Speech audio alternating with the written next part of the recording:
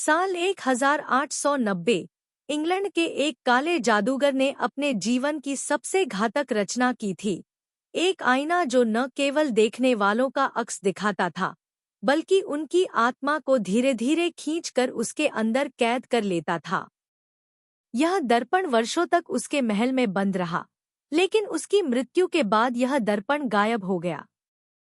वर्तमान समय, भारत के शिमला शहर में कविता, एक 25 वर्षीय लड़की, हाल ही में अपने दादाजी की मृत्यु के बाद उनके बंगले की मालकिन बन गई थी। बचपन में वह उस घर में अक्सर छुट्टियां बिताने आती थी, पर अब वह अकेली वारिस थी। घर के एक पुराने कमरे की सफाई करते समय कविता को एक सुंदर, प्राचीन आईना मिला। चांदी की फ्रेम में जड़े रहस्यमयी चिन्ह और काले कांच में अपनी ही शक्ल धुंधली दिखती हुई।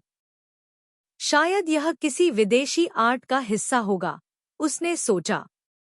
उसने आईने को अपने बेडरूम में सजा लिया, यह नहीं जानती कि उसकी जिंदगी का सबसे भयावह अध्याय शुरू होने वाला है।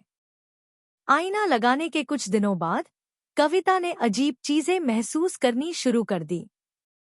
वह देर रात जाग उठती, उसे लगता जैसे कोई उसकी खिड़की से उसे घूर रहा हो।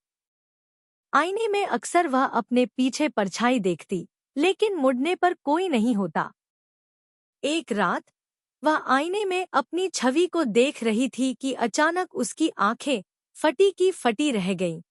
आईने की कविता मुस्कुरा रही थी, जबकि असली कविता डर के मारे कांप रही थी। उसने तुरंत आईने को चादर से ढक दिया, लेकिन उसे नींद नहीं आई। अगली सुबह वह पास के पुस्तकालय में गई और पुरानी वस्तुओं पर एक शोधकर्ता डॉक्टर समरजीत से मिली। जब उसने आईने का विवरण दिया, तो डॉक्टर समरजीत एक पल को चुप हो गए। क्या उस आईने के फ्रेम पर एक चमगादड़ जैसा चिन्ह है? कविता हैरान रह गई। हाँ, है। आप कैसे जानते हैं? क्योंकि वो आईना व्लाद मिरर है। ये दर्पण व्लाद ड्रैकुला से जुड़ा हुआ है। कहा जाता है कि उसने एक ऐसा जादुई दर्पण बनवाया था जिसमें देखने वाला इंसान धीरे धीरे अपनी चेतना खोकर पिशाच की आत्मा का गुलाम बन जाता है। कविता का चेहरा पीला पड़ गया। उसी रात कविता की हालत और बिगड़ गई। उसे सपनों में एक लंबा काला इंसान दिखता, उसकी आंखें लाल और उसकी उंगलियों में लंबे नाखून। वह कहता, अब तुम मेरी हो। आईने में कविता खुद को एक अजनबी की तरह देखती।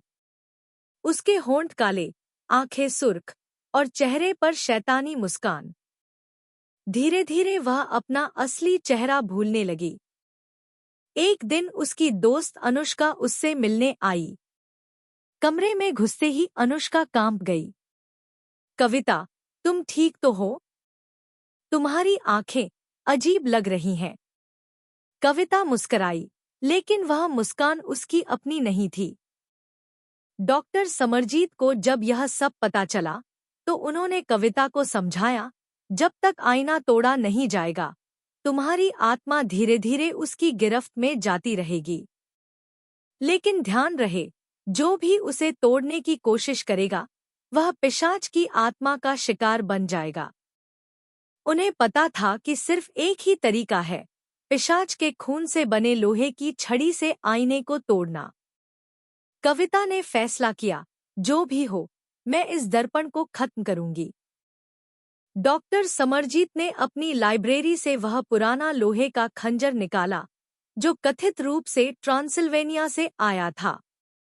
उन्होंने कविता को सौंपते हुए कहा, बस ध्यान रखना, जैसे ही आईने में तुम्हारा अक्स चीखे, मत डरना।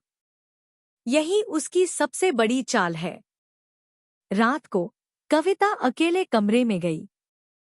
आईने के सामने खड़ी हुई। आईने की, कविता ने डरावनी आवाज में कहा, अगर मुझे तोड़ा, तो तुम भी मेरे साथ हमेशा के लिए कैद हो जाओगी। कविता ने उसकी बातों को अनसुना कर खंजर से एक जोरदार वार किया। कांच चटक गया। एक चीख कमरे में गूंजी जैसे किसी आत्मा को छीन लिया गया हो। काले धुएं ने कमरे को भर दिया और फिर सब शांत हो गया। अगली सुबह कविता पहले की तरह सामान्य थी। उसकी आंखों की लाली जा चुकी थी। उसने आईने के टुकड़े गहराई से दफना दिए। सब कुछ ठीक लग रहा था। लेकिन कहानी यहीं खत्म नहीं हुई। 1 महीने बाद दिल्ली के एक पुरानी वस्तुओं की दुकान में एक आदमी ने एक सुंदर आईना खरीदा, चांदी की फ्रेम और धुंधले काले कांच वाला। दुकानदार मुस्कराया और बोला, पुराना आईना है साहब, लेकिन बहुत अनोखा है। इसमें जो दिखता है वो असली नहीं होता। अगर आपको यह कहानी पसंद आई हो तो इसे लाइक करें, शेयर करें और हमारे साथ जुड़ने के लिए सब्सक्राइब करें।